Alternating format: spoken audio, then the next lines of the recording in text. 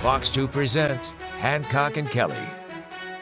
Good Sunday morning to you. Welcome to Hancock and Kelly on Fox 2, where we take on the top issues of the week. On the right, John Hancock. Top of the morning. On the left, Michael Kelly. Good morning, everyone. And I'm Andy Banker. On the agenda, must-see political TV. The top candidates in Missouri's U.S. Senate race, Josh Hawley and Lucas Kunce, nearly come nose to nose in a debate about debates at the state fair. The issues of sports betting and abortion rights have officially been certified to appear on the Missouri ballot in November. A protester in Ferguson, where a police officer suffered a critical brain injury, is out as a delegate to the Democratic National Convention, which starts tomorrow in Chicago. And our quote of the week comes as President Biden declares a national monument to the 1908 race riots in Illinois' capital city, Springfield. Also, is Kamala Harris's new economic plan a lead balloon, and Donald Trump's failing new effort to stay on message? We begin with the clash in the race for the U.S. Senate for Missouri between incumbent Republican Missouri Senator Josh Hawley and his Democrat challenger Lucas Kunce at the Missouri State Fair's ham breakfast. I got you some chicken on a stick. There's the food fried and on a stick. Rides big and small. And this year, incumbent Republican U.S. Senator Josh Hawley and his Democrat challenger Lucas Kunce face to face at the ham breakfast. Can you say yes to Fox News? Are you going to debate today? Can you say yes to Fox News? If you'll show up debate today, we'll do a whole bunch more. Can you say yes? I mean, I don't think the guy seems very real, right? It's all kind of a show. He's a real performer. You're still going to debate him somewhere else? Sure, if we think that he'll ever show up somewhere. And I promised him I'd even let him go first. Hawley later showed up for a debate hosted by the Missouri Farm Bureau across the street from the fair.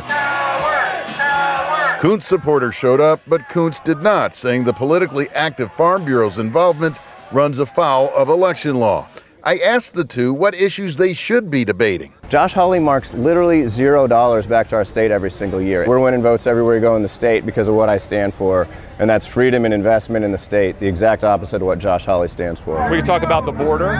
He wants an open border. He's for amnesty. He's for paying illegals benefits. You know, we got another big one on the ballot this fall, right? We're going to codify Roe versus Wade at the state level, and I'm going to do it at the national level because that's what people want. I'm pro-life. I'm for exceptions for rape, incest, life of the mother, but I'm 100% pro-life.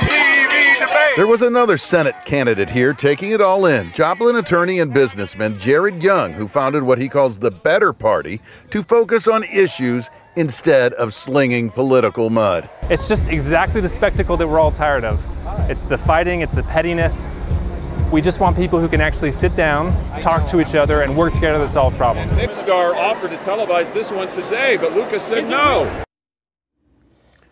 John, my question to you is, did the last guy have it right, the independent candidate? I don't know. All three of them look alike. Hawley and Kunce, it looked like they were about ready to enter the octagon and take after each other. You know, the interesting thing, and one of the interesting things about these two, is that they're both populists, and they've adopted populist policies and populist rhetoric.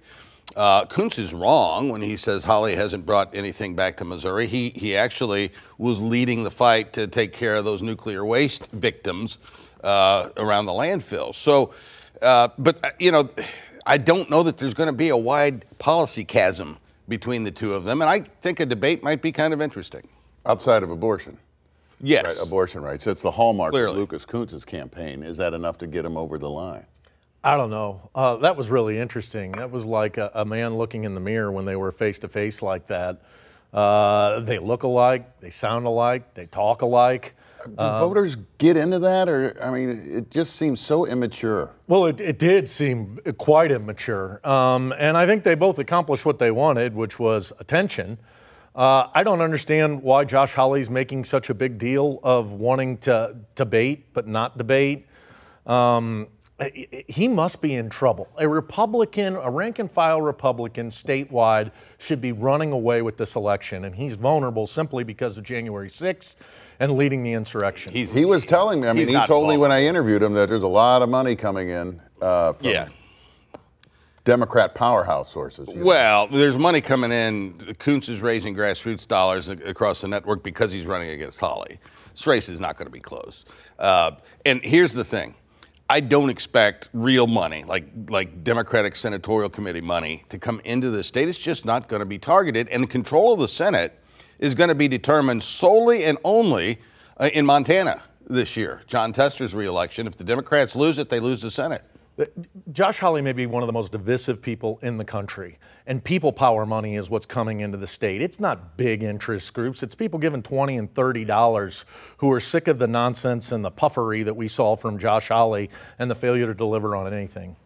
The issue of restoring abortion rights will be on Missouri's ballots in November. Missouri Secretary of State Jay Ashcroft has certified that more than enough valid signatures were submitted to put that issue before voters. The proposed constitutional amendment would enshrine abortion rights up to nearly 6 months of pregnancy. Michael, do you think it passes, and could it change the outcome of other races like the Coons-Hawley race? Yes, I think it passes handily, and yes, I think it does discriminate to help Democrats, particularly when they have Donald Trump and folks like Josh Hawley who are out there saying, hey, we're fine with the laws that we have right now. The Republicans are going to realize they are messed up on this policy. They are out of touch where Missourians are.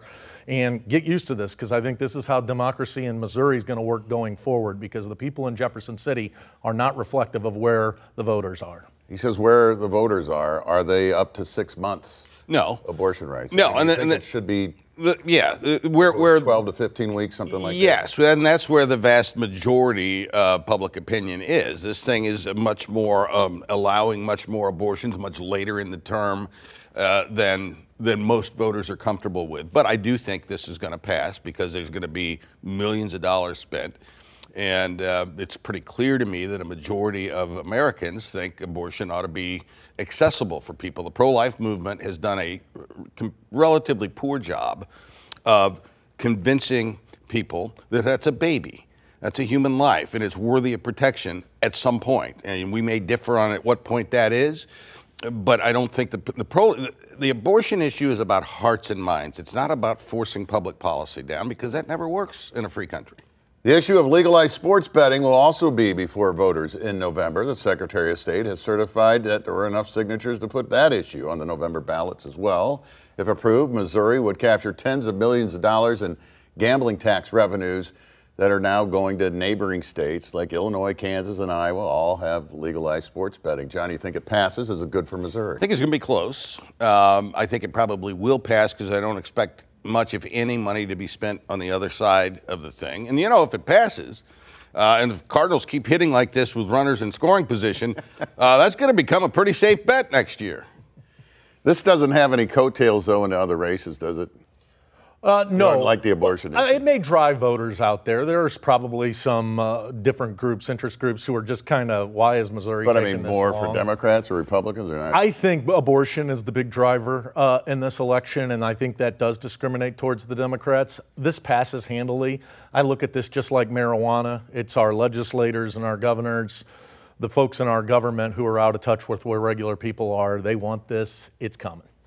The Democratic National Convention starts tomorrow in Chicago, and a delegate from St. Louis won't be going. Ferguson police released video showing Democrat activist Keith Rose among those damaging the automatic gate outside the police department during a protest 9 days ago. A short time later, another protester allegedly tackled a police officer, leaving that officer with critical brain injuries. That's not what you were saying right there. Now, Rose is charged with felony property damage, which he denies. He has, however, withdrawn as an alternate delegate to the convention. Rose is also a member of St. Louis's Civilian Oversight Board that reviews allegations of police misconduct. 3 aldermen have called for his removal from that post.